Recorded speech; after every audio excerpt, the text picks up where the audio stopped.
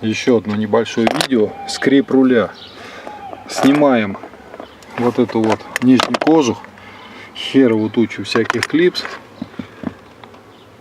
2 шурупа, клипсы, да, и находим там вон карданчик. Вон тот карданчик. И вот этот вот карданчик надо периодически смазывать. Ну и вон ту резинку. Вот, дабы не было скрипов. Ну все. Пока.